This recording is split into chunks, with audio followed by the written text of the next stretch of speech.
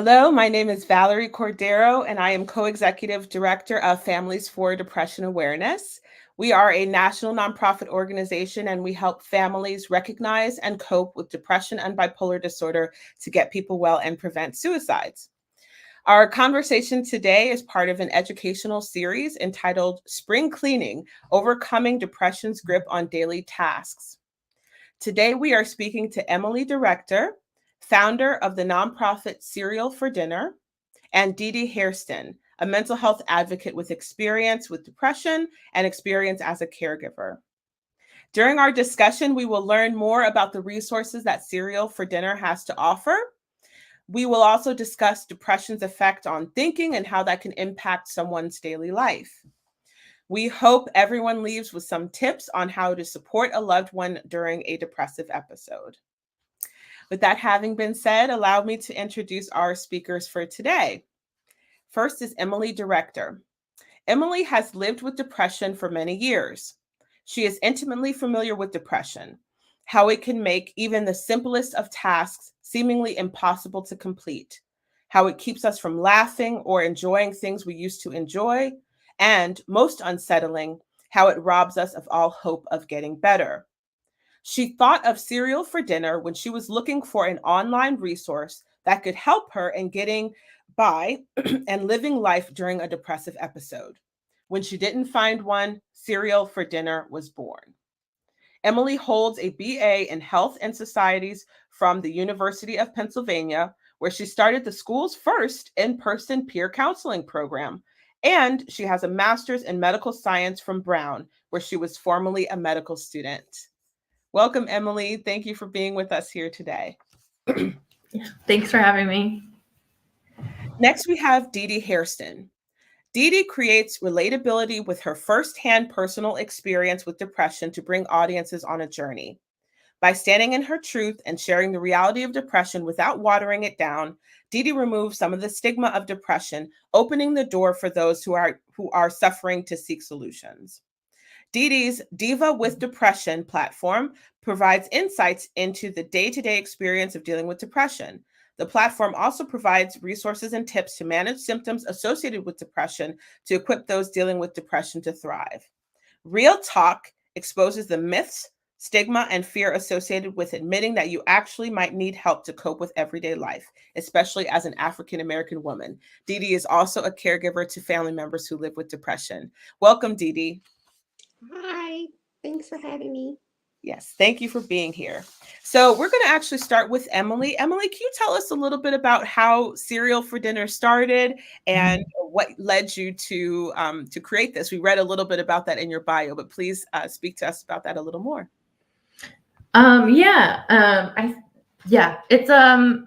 It's very much a personal story.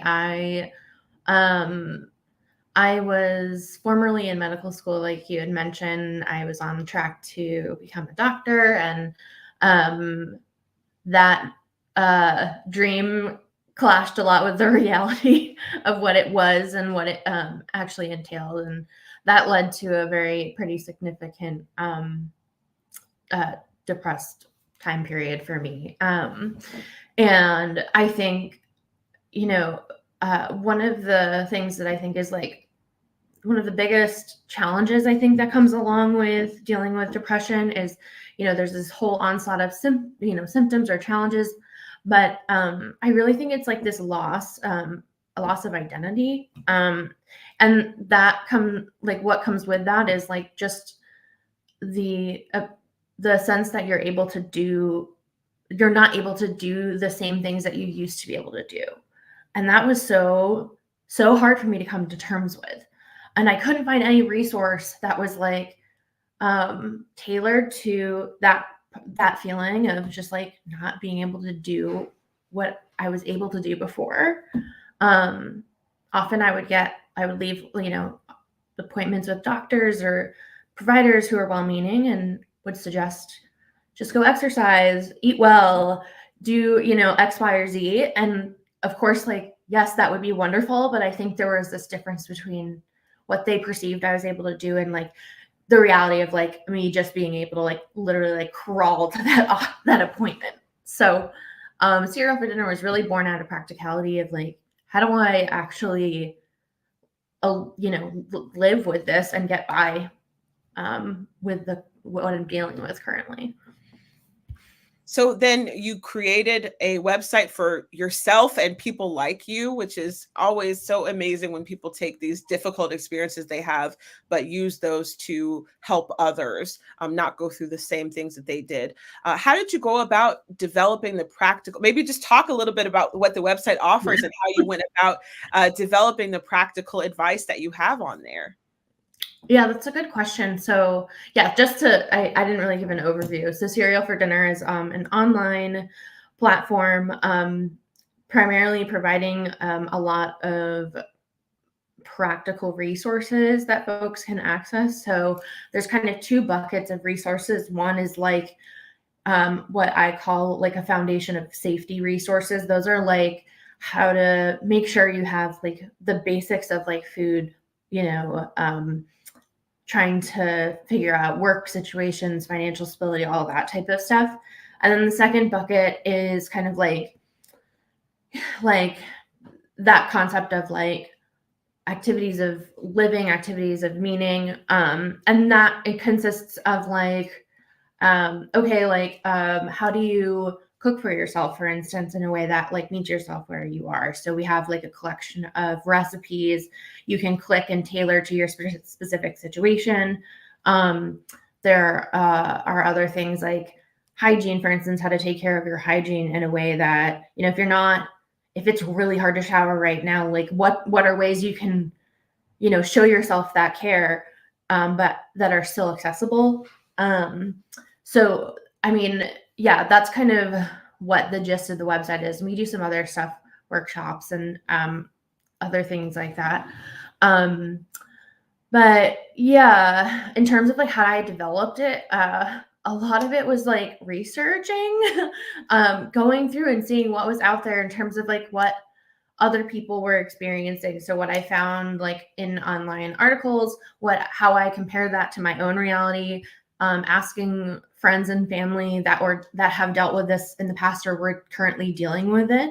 But my top goal was like not providing kind of like generalities of like, go exercise. It's more like, okay, how do we break that down to meet you where you are and like respect that that's okay. I think there's a lot of inherent shame that comes along with resources that are well-meaning but that are inaccessible, and it just like sets you up for feeling like really badly about yourself. So at least for me. So yeah, that's where Because one of the things that as you said, when people who are not dealing with depression hear make up your bed, they think, oh, I'll just make up my bed.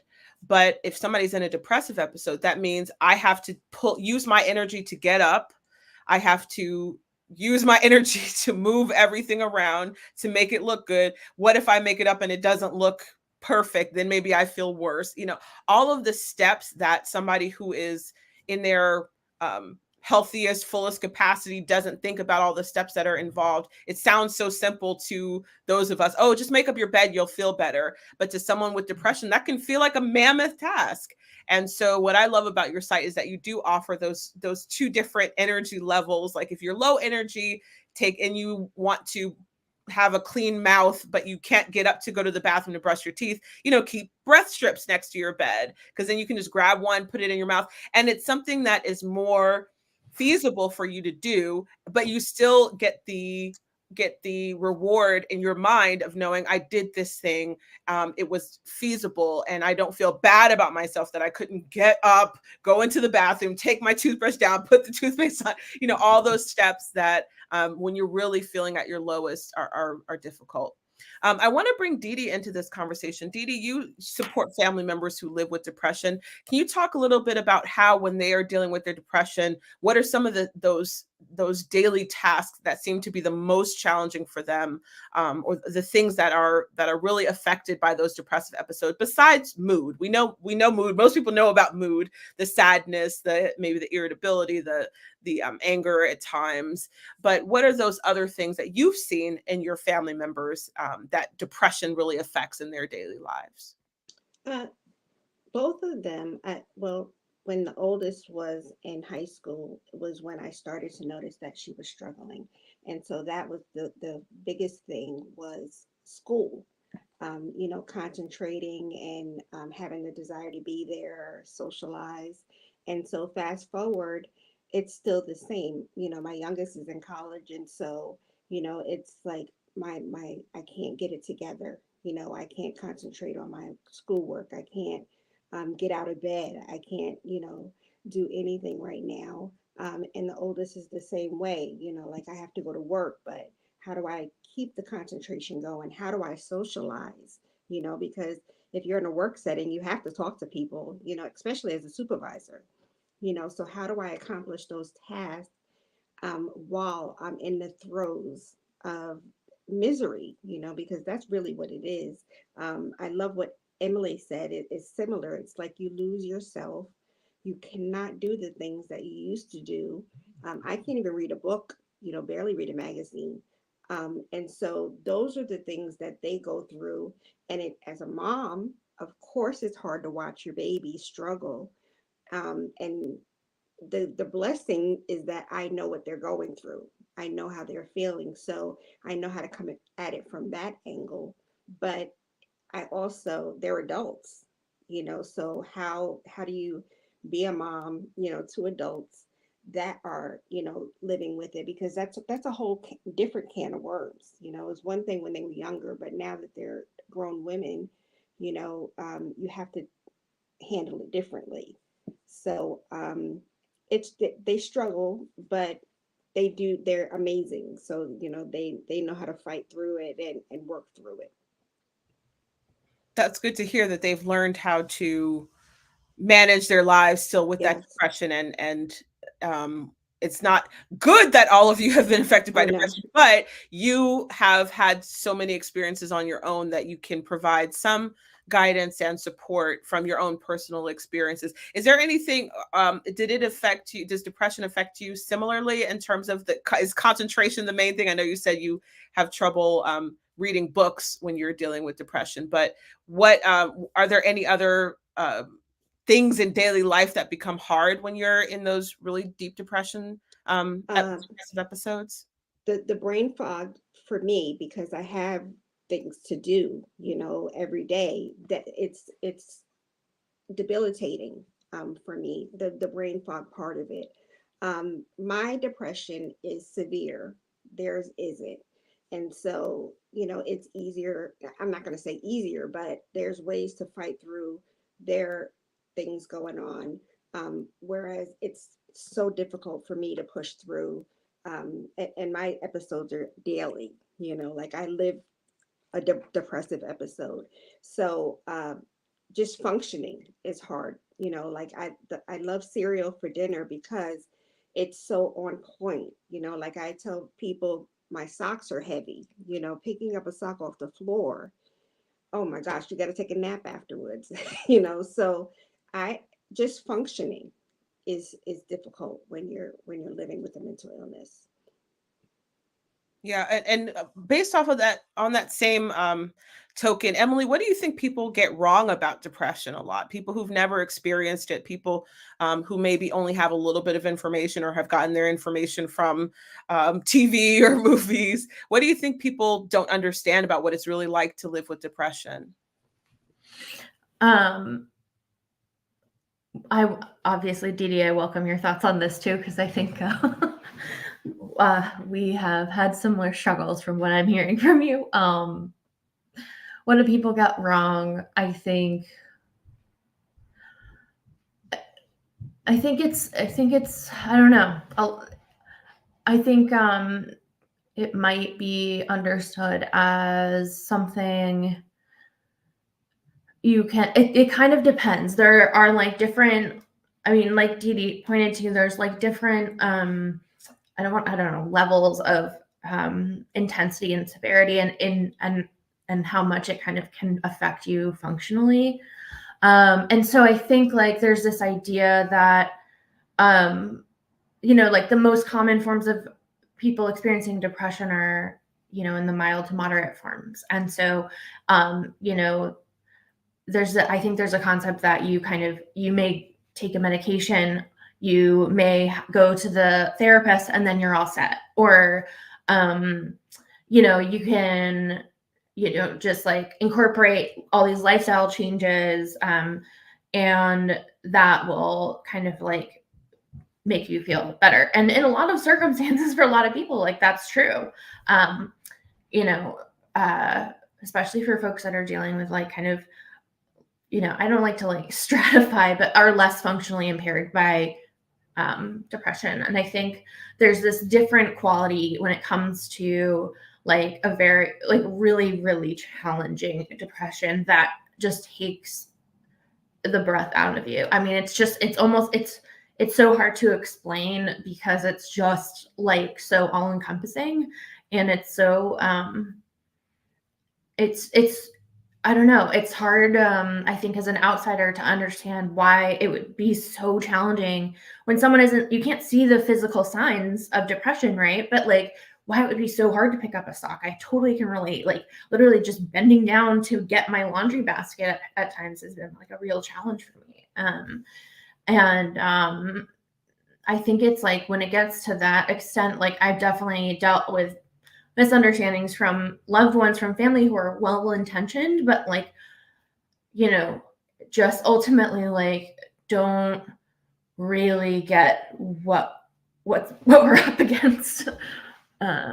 So I'm not sure. Yeah, I'll have to think that one over a bit. No, I think everything you said is spot on. And just bringing in one comment, I think people often can't understand depression's impact on our ability to get anything done, physically or mentally. That's such a great point, Susan. Thank you for that. And then Ari is saying depression can feel so debilitating. We need those practical, simple ways to regain a sense of self, and that is helpful. Thank you for that comment as well, Ari. I just want to point out a resource that Families for Depression Awareness offers. We have our More Than Mood toolkit and resources. So we have some fact sheets. We have family story videos that talk about these symptoms of depression that some people don't know about. We came up with an acronym called ROAM, which stands for Reasoning, Organization, Attention, and Memory. These are not the only cognitive symptoms of depression that you can have, but these are some of the big ones that depression can affect these parts of your thinking. And so it might feel easy for outsiders, for us who are on the caregiver side, to say, well, you pick up the kids every day at 3:30. Why can't you remember to pick them up? Why do you keep forgetting? And as an outsider, we can have that perspective. But if you are in those throes of depression, it can affect your memory. You might be talking to let's just say your cousin, who you usually have great engaging conversations with, and it just seems like they're not able to follow, and you might feel like, well, why aren't you paying attention to anything I said? I just said this to you. You're not engaging with me. But that could be their depression that's affecting their ability to concentrate, to maintain attention on these things. And I think it's so important for people to know. So again, if people would like to access our resources, we have our More Than Mood toolkit on Families for Depression Awareness's website that you can access.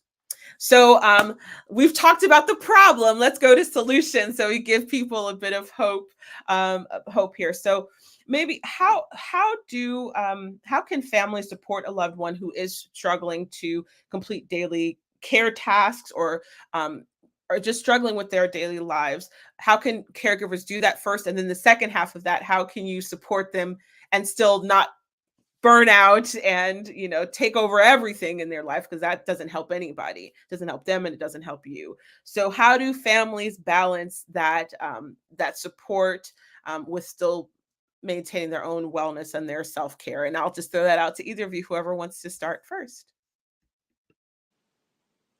You, you know, one of the things, and I guess this sort of ties into what you were talking about before, what people don't know, something as simple to the outsiders as making a phone call, is difficult. So my kids and I, if they have important things to do, we started this when everybody's, moved away, but Um, do you need me to stay on FaceTime with you while you're doing A, B, C, or D? Because sometimes you just need someone there. You don't need anybody to talk. You don't need anybody to do it for you. You just need the feeling of support, and just feel like, you have somebody has your back. And so that's one of the things that I always tell people. We don't always want you to fix us. Sometimes we want you to either just be there, to listen, or to, do. But you have to pay attention to the signs. You have to pay attention to the person and what they may need at that time, because not every situation requires the same action, I should say. And so that's one of the ways, with talking. This another way that we get through it is, you know the youngest, for example, when she has work to do and she can't, process it. So I say, well, let's do A, write out A, write out B, write out C, write out D. Now, me, I can't do it myself, but I'm able to tell her, sort out your thoughts and write it down. The oldest, when she's struggling, I let her, say what she has to say. And then I'll say, well, now let's break down how you're feeling. What made you feel that way? And so, what our caregivers and loved ones need to do is learn to listen when we're talking and listen when we're not talking. And that's extremely difficult. It's extremely difficult to do, because you can either, smother someone, or back away from someone. And it's hard to find that balance. But those three things, just do you want me here? Do you want me to listen, or do you want me to do that, and go from there? I love that, being here and then listen and then do. I'm going to write that down. Yeah, I think you have such a rich perspective as someone who is a caregiver and is also struggling with depression at the same time. So I just want to name that. Yeah, it's definitely, I think, and what you talked about, Dee Dee, about just having it be a challenging line to navigate, like you said, like you want to be able to give, and people you care about a sense of autonomy, a sense of being able to like choose what would be best for them. And yeah, it's just like, do you back off? Do you kind of go too far? Not too far, but like kind of yeah, kind of, yeah, offer too much. Yeah, I think it's definitely not a straightforward thing. And I have family members who have mental health challenges as well. So, but I've never been like a parent. What I would say, speaking of from my own experience, and you hit on this as well, Dee Dee, is like, I'm a very big believer of like acknowledgement or validation prior to any type of change. I think I I like to call it acknowledgement, but it could be whatever. But it's mainly hearing the person out, understanding where they're coming from and where their mind is at. In order to in order to show them that you care and you're listening. But I think the other dual function of that is to understand, like, where are we starting from here? Like, what are the facts of what are the facts of the situation? They're feeling very sad. They're feeling heavy. They're feeling overwhelmed, like you mentioned, Dee Dee, by X, Y, or Z. And that can help us inform what next steps to take. That can take, like you said, it's not like a one size fits all option, but if you're able to gather the information, like the person feels like they're unable to move, they're unable to, if it's that type of, level of challenge, then maybe we alter our response compared to, if there's, they're having trouble navigating, on prioritizing different things to do, something for kind of like along those lines. So yeah, I'm just kind of echoing what you've already said, is like that idea of validation or acknowledgement, and then leading to a problem solving piece of it.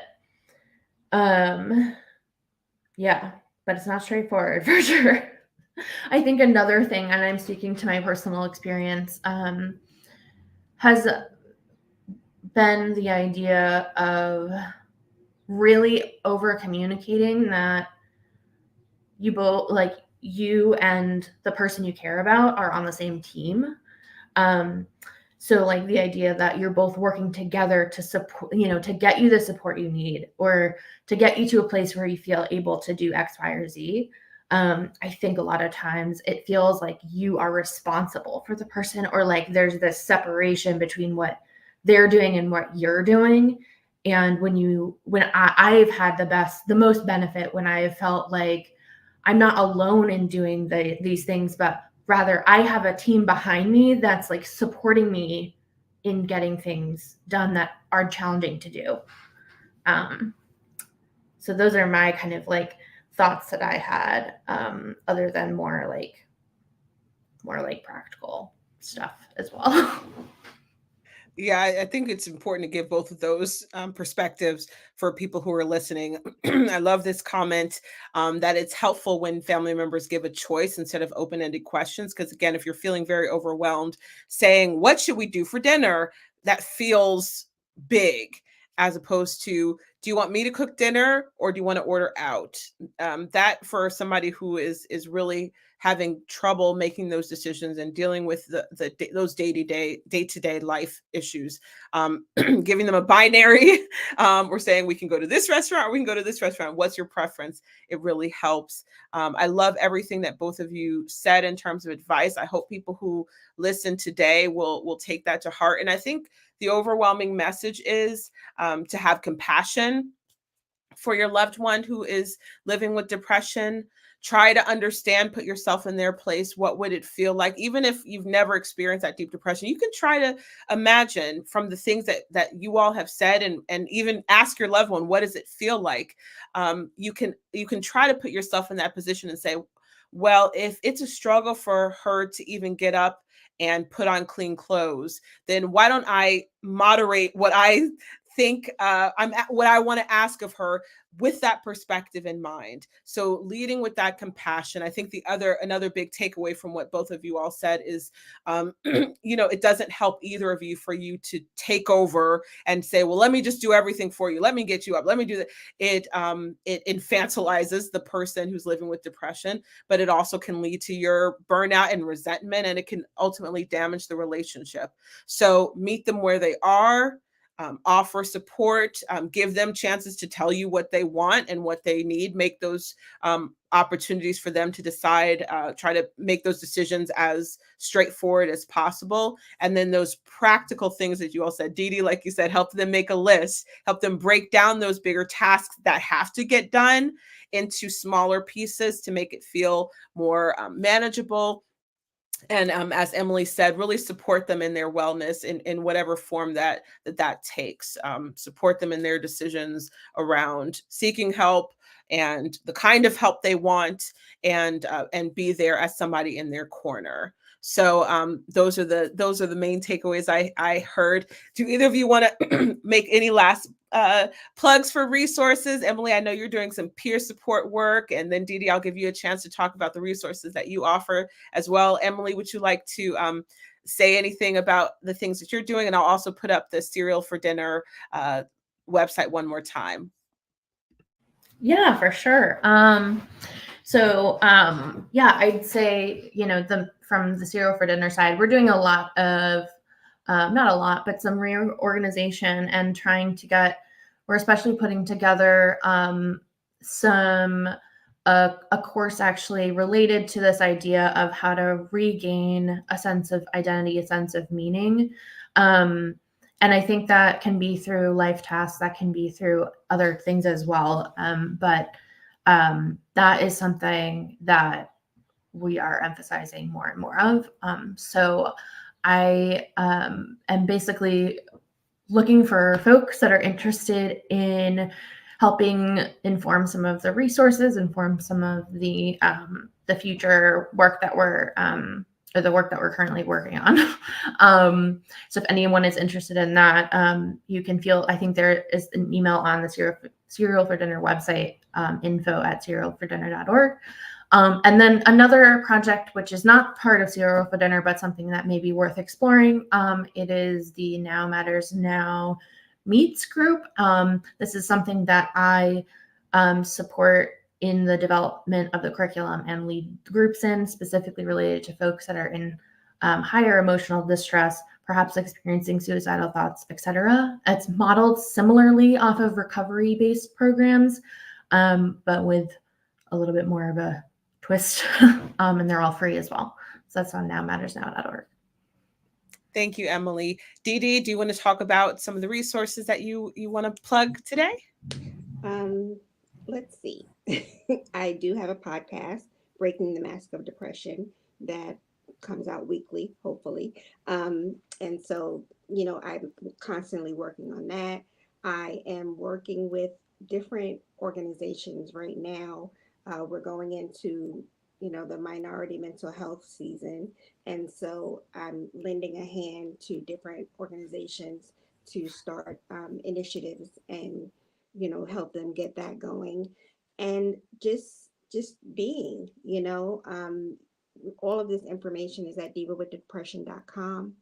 And I do have a whole resource section on my website, and so I'm constantly adding organizations and people and recommendations on that website. So if anybody needs resources, there's a whole section on my website.